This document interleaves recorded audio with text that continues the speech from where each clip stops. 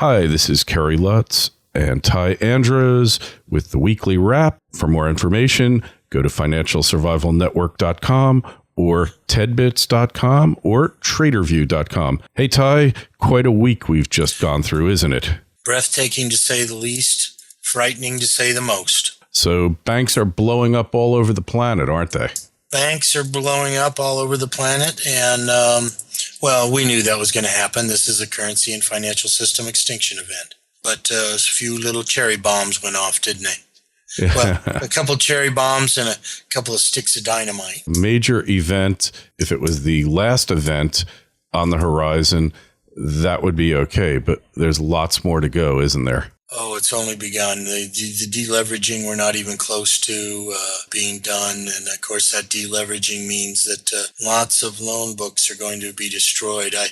I was reading the Telegraph today, and they were talking about $28 trillion of corporate debt that has to roll over the next several years. It's interesting that they think that they're going to, it said it's impossible. And, of course, it is impossible. Because one, there's, with all the sovereigns in there and, sucking the life out of the private lending market, it's just the beginning. And when those corporate assets can't roll, that's how the powers that be actually gather up assets. It's how they gathered up assets during the Great Depression. We're just repeating it. These things that are unfolding now are nothing new. They've been being done for centuries. And they've been done by the same groups. So, waiting for it to play out, it's going to be it's the greatest destruction of wealth in history, the greatest transfer of wealth in history from those that hold it in paper to those that don't. The key is to preserving your wealth is, I'm going to call it applied Austrian economics, and doing the indirect exchange by von Mises, and knowing how to make money when markets decline and how to fix and repair your money. Kerry, as you well know, I wrote an article about a month ago, and I said Spain was done. We were waiting for the announcements. Well, we had one of the announcements this morning, and they announced several $100 billion worth of non-performing loans that had not previously been disclosed. Right. Saw that. And that's not going to go away easily. And, Angela Merkel can refuse all she wishes. Either they rescue Spain or Greece is a pimple compared to Spain. Oh, yeah. Spain's economy much larger. And so what does this mean to you? What does it mean to you if you're average Joe 6-pack, Joe 2-pack, whatever? And how's it going to affect your life? What's going on in Spain, Portugal, Germany, and Italy, and the rest of them? Well, it means the whole financial system is gone over there, and they are headed for a barter unless they finally pony up $2 or $3 trillion at the minimum. And they can't loan it out. They have to do what the Fed did. They have to buy it.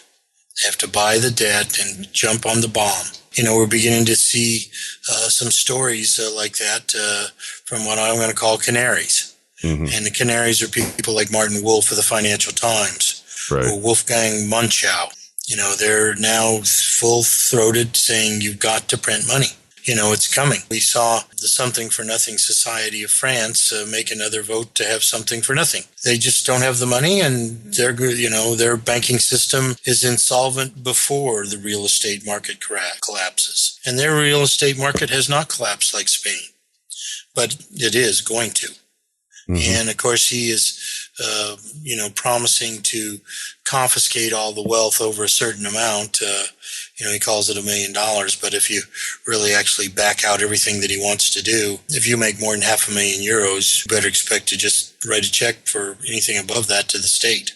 All the really wealth producers had left France years ago. The only one left behind were crony capitalists. They were legislated their wealth. It's a recipe for falling, crashing economy. The idea that he's going to give people something for nothing and change the pension age and hire 60,000 teachers, that's not going to solve anything. Just rearranging the deck chairs, right?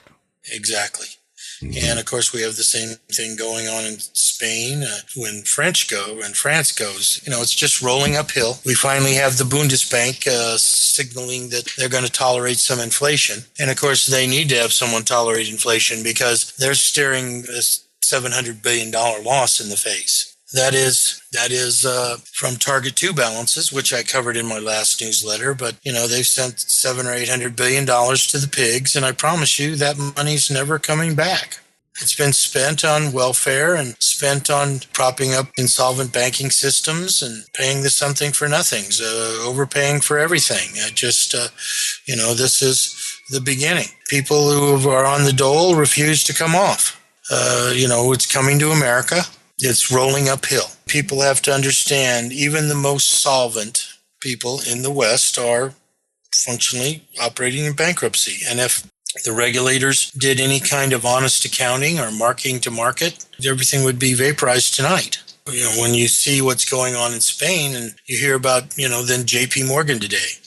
Right. And I promise you that loss is related to Spain and Italy and sovereign debt of those nations. Of course, it's just the tip of an iceberg. It literally is probably the iceberg going into the hull of JP Morgan. We don't know, but, is JP Morgan the Titanic, the unsinkable ship? Well, that's what people have thought it to be. But nobody really understands that JP Morgan, even though on paper looks to be better capitalized than most banks right now, they're sitting on a $200 trillion derivative book. $4.5 billion, that's a pimple, it's a fly speck on things when things start getting away from them. Yeah, well, they always said that the derivatives were going to blow up the financial system. Warren Buffett, that classic comment that derivatives are weapons of mass financial destruction. We're living to see the truth of that come up, aren't we? We are. So we've got big problems unfolding. It's just been action-packed. We've got Bill Gross. He's calling for QE3. And Bernanke thinks he's going to get to June, but without announcing it, I don't think he's going to make it. Yeah. How can that be? And then you're going to have the deficit renegotiation coming due. Well, I did cover that too in the last newsletter, and of course, no one's talking about it in the election. And it's a nuclear bomb on the U.S. economy. And of course, it has to happen. I'm an Austrian. Oh yeah, there's no way out. The government now entitlements eats every penny of income. Oh yeah, and now they're borrowing every cent to run the executive branch, and literally 100%. The entitlements have swallowed everything. Yeah, it's really metastasized over the past couple of years, that's for sure. Any bright news here on the horizon, Ty? Yeah, I think we're very close to bottoms in silver and gold, great buying opportunities. Probably in the junior miners very soon as well. That's it. That's all? Yeah, come on. I see a lot of bright stars on the horizon. Right now, it's really a rearguard action, and they know that they have to retreat, but can they do it in an orderly manner? And I would argue no. Yeah, the hardcore socialists are involved. We have a runaway government in Washington, D.C. that's got support of 8% of the population, but they don't think they should alter what they're doing. And we saw in the last week how hopeless the budget deficit is when the post office actually put together a program to downsize themselves and right-size themselves and actually get into the black. And the Senate voted to stop it. It just said, no, we'd rather lose the $15 billion a year. Those jobs are too important, even though they don't produce anything and they cost us a fortune. Yeah. And, email and overnights and everything. The post office needs about half the capacity that it once did. If that, and they put together a plan to get to that amount of distribution centers and close post offices that didn't have enough business to support themselves, and did what you have to do to be solvent. Yeah, and that really wasn't. And they voted against solvency. And that really wasn't even enough. That was the first stage. There was going to be lots more. But when the government is spending your money and you have no say in it, this is the kind of irrational activity that takes place. I call it the policies of insolvency. And they're racing us headlong into it. What else we got here, Ty, because you're just a bundle of joy this week. Well, I don't, actually, I'm going to just say this is the greatest opportunity in history. Exception. Without exception. Remember that during the Great Depression, or what was considered the Great Depression, more millionaires were created than at any other time in United States history. No doubt the same will happen. It's just, I think, more poor people will be created than any other time in history as well.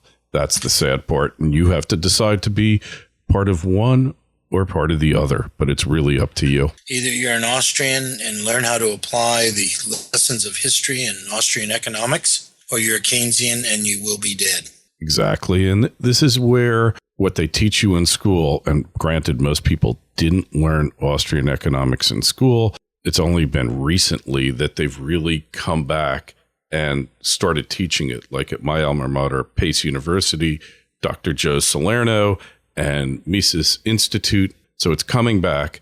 And this is where education, what you learn in school, really can make a difference if you learn the right thing, which unfortunately, most of you out there, myself included, didn't. And this is where you got to keep learning to understand how this system works and how it unravels. Or how it doesn't work.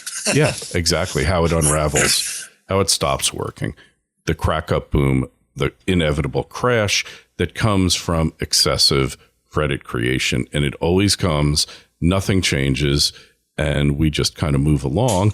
And on that note, Ty, we got to move along, but tedbits.com, traderview.com, go to financialsurvivalnetwork.com. We've got all of our previous interviews as well as a lot more. We'll talk to you next week, Ty. Hopefully there'll be some pleasant news on the horizon, although I have my doubts.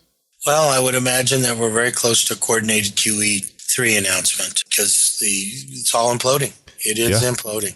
Absolutely. And they can try to wait until they see the whites of their eyes, but I wouldn't play that game of chicken right now. Right now, the markets need, it's all going to happen, whether they print it or not. But it's just, can we stave off the really bad times for another year or two? Make sure that we have time to get our affairs in order and be able to survive the crash. Yeah, kick the can down the road. Hey, but the good news is right now it's May 11th. It's around noontime and the Dow's up 51 points. So what's wrong with the world, Ty? Right? Well, based on those numbers, we're in great shape. Exactly. All right. Hey, we'll talk to you again soon. Be well. Thank you for having me.